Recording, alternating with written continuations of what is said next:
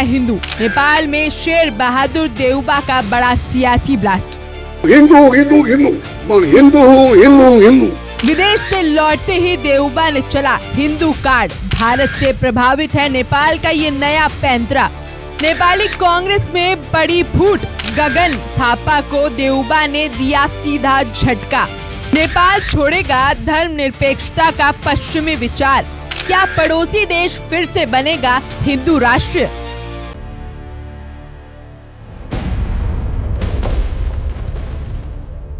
Hello friends, हमारे special show कड़वा सच में आपका वेलकम है।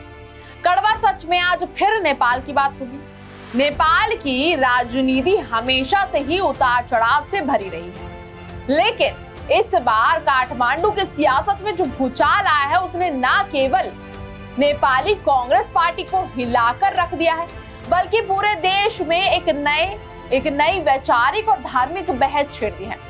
करीब 5 महीने तक विदेश में रहने के बाद जब नेपाल के पूर्व प्रधानमंत्री शेर बहादुर देउबा स्वदेश लौटे तो किसी ने ये उम्मीद नहीं की थी कि वो आते ही एक ऐसा सियासी ब्लास्ट करेंगे जो नेपाल की ही धर्मनिरपेक्ष पहचान पर ही सवाल खड़े कर देंगे। देउबा ने एक सम्मेलन के दौरान मंच से खड़े होकर एक ही बात 3 बार दोहराई, मैं हिंदू हूँ, मैं हिंदू हूँ, मैं हिंदू हूँ। आखिर 5 महीने बाद लौटते ही देउबा को अचानक अपनी धार्मिक पहचान बताने की जरूरत क्यों पड़ गई? कड़वा सच में देखिए हमारी स्पेशल रिपोर्ट। नेपाल के पूर्व प्रधानमंत्री और नेपाली कांग्रेस के कद्दावर नेता शेर बहादुर देउबा ने अपने गुट के 3 दिवसीय राष्ट्रीय सम्मेलन में जो कहा, उसने नेपाल के राजनीतिक गलियारों में खलबली मचा दी है। अपने भाषण की शुरुआत में ही देउबा ने साफ और सपाट लफ्जों में कहा, मैं हिंदू हूँ। हिंदू हिंदू हिंदू मैं हिंदू हूँ हिंदू हिंदू। इतना ही नहीं, देउबा गुट ने सम्मेलन में एक राजनीतिक प्रस्ताव पास किया जिसमें सनातन धर्म को नेपाल की प्राचीन राष्ट्रीय पहचान बनाने की वकालत की गई।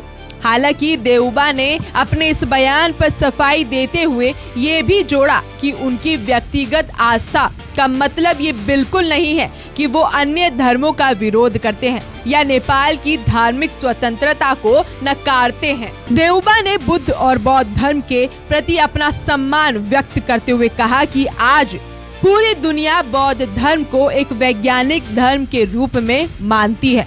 उन्होंने नेपाल के प्रकृति आधारित धर्मों का जिक्र करते हुए कहा कि राई और लिम्बू समुदाय प्रकृति की पूजा करते हैं और वो सभी धर्मों और आस्थाओं का दिल से सम्मान करते हैं। अब सवाल उठता है कि अगर देउबा सभी धर्मों का सम्मान करते हैं तो फिर उनके मैं हिंदू के नारे पर इतना बवाल क्यों मच रहा है? तो देउबा का ये नारा सिर्फ एक धार्मिक बयान नहीं है, बल्कि इसके पीछे एक बहुत बड़ी राजनीतिक गणित छिपी हुई है। देउबा के इस रुख के बाद से ही नेपाली कांग्रेस पार्टी के भीतर तीखी बहस और असंतोष की आग भड़क उठी है। पार्टी के कई वरिष्ठ और युवा नेताओं ने खुलेआम इस कदम पर आपत्ति जताई है। उनका कहना है कि देउबा का ये नया रुख नेपाली कांग्रेस के उस ऐतिहासिक और पुराने स्टैंड के बिल्कुल खिलाफ है, जिसके तहत नेपाल को एक धर्मनिरपेक्ष गणराज्य के रूप में स्थापित किया गया था। राजनीतिक जानकारों का मानना है कि देउबा ने सनातन धर्म को राष्ट्रीय पहचान बनाने का दांव खेलकर सीधे तौर पर गगन थापा के नेतृत्व को खारिज कर दिया है। इससे पार्टी के भीतर का संगठनात्मक विवाद अब और ज्यादा गहराने की कगार पर पहुंच गया है।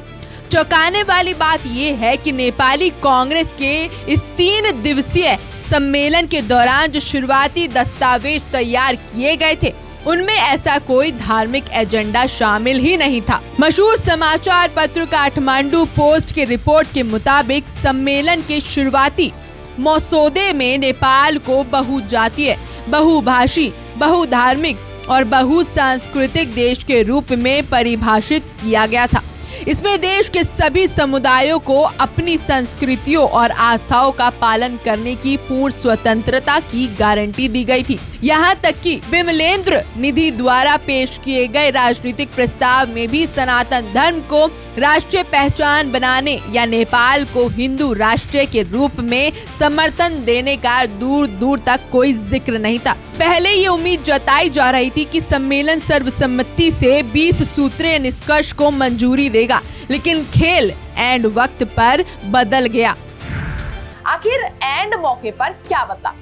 20 सूत्रीय एजेंडे में अचानक ही हिंदू कार्ड कैसे जुड़ गया? फ्रेंड्स, ये बदलाव किसी इत्तेफाक का नतीजा नहीं था, बल्कि ये खुद शेर बहादुर देउबा का सीधा निर्देश था। जब देउबा ने मूल प्रस्ताव की समीक्षा की तो उन्होंने तुरंत इसमें बदलाव के आदेश दिए। इसके बाद आनन फानन में 5 सूत्रीय घोषणा पत्र तैयार किया गया। इसमें नेपाल की पारंपरिक धार्मिक और सांस्कृतिक विरासत, विशेषकर हिंदू, बौद्ध, किरात और प्राकृतिक आधारित परंपराओं को देश की प्राचीन राष्ट्रीय पहचान का अभिन्न अंग माना गया। लेकिन सवाल ये है कि देउबा को इस वक्त इस धार्मिक कार्ड की जरूरत क्यों पड़ी? देखिए ये रिपोर्ट। देउबा गुट का ये सम्मेलन ऐसे नाजुक समय में आयोजित किया गया जब नेपाल पिछले कुछ समय से सांप्रदायिक तनाव और हिंसा की लपटों में झुलस रहा है। भारत की सीमा से लगे नेपाली क्षेत्रों में हाल ही में कई हिंसक घटनाएं घटी हैं, जिनमें कई मासूम लोगों को अपनी जान गंवानी पड़ी। इस हिंसक आंदोलन में भी नेपाल के हिंदू दर्जे की वापसी की मांग की गई है।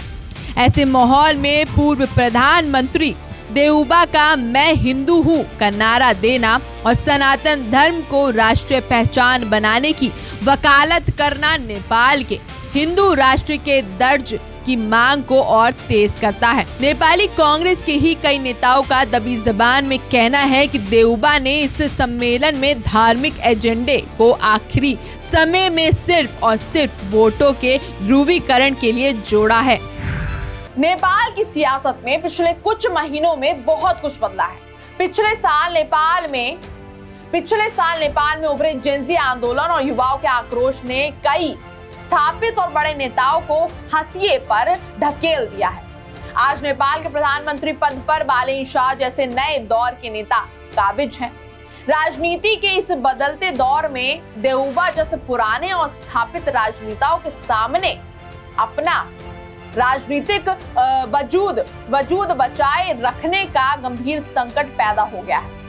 तो क्या देउबा का ये कदम सिर्फ अपनी खोई हुई जमीन को वापस पाने की एक छटपटाहट है? क्या वो भारत की मौजूदा राजनीति से प्रभावित होकर ये खेल खेल रहे हैं?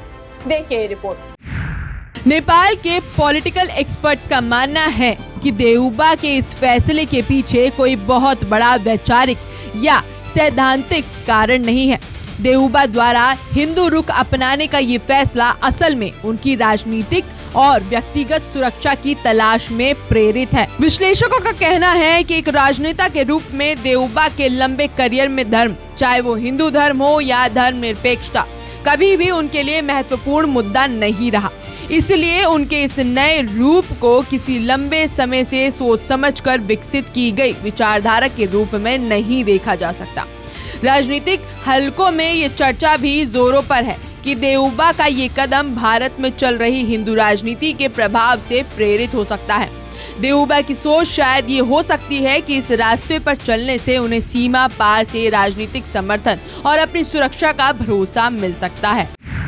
फ्रेंड्स, शेर बहादुर देउबा का "मैं हिंदू हूँ" का नारा केवल एक व्यक्तिगत आस्था का प्रदर्शन नहीं है, बल्कि ये नेपाल की राजनीति में एक नए और उलझे हुए अध्याय की शुरुआत है। एक तरफ देउबा के इस दांव से उन दक्षिणपंथी संगठनों और राजनीतिक दलों को बड़ा वैचारिक बल मिला है, तो नेपाल को फिर से एक हिंदू राष्ट्र बनाने के लिए वर्षों से आंदोलन कर रहे। वहीं दूसरी तरफ इसने नेपाली कांग्रेस जैसी सबसे पुरानी लोकतांत्रिक पार्टी को अंदर से तोड़ कर रख दिया है। नेपाल की राजनीति का ये कड़वा सच आने वाले दिनों में क्या मोड़ लाता है या क्या मोड़ लेता है? क्या नेपाली कांग्रेस टूट की कगार पर पहुंचेगी या फिर नेपाल एक बार फिर हिंदू राष्ट्र बनने की राह पर आगे बढ़ेगा, इस पर हमारी नजर बनी रहेगी। आज के लिए कड़वा सच में बस इतना ही, लेकिन जाते जाते एक मीठा सच भी जान लीजिए, और वो ये है कि लालच कभी संतुष्टि नहीं देता, बल्कि ये हमारी रातों की नींद और जीवन की शांति छीन लेता है। मिलेंगे कड़वा सच के नए एपिसोड में, तब तक के लिए नमस्कार।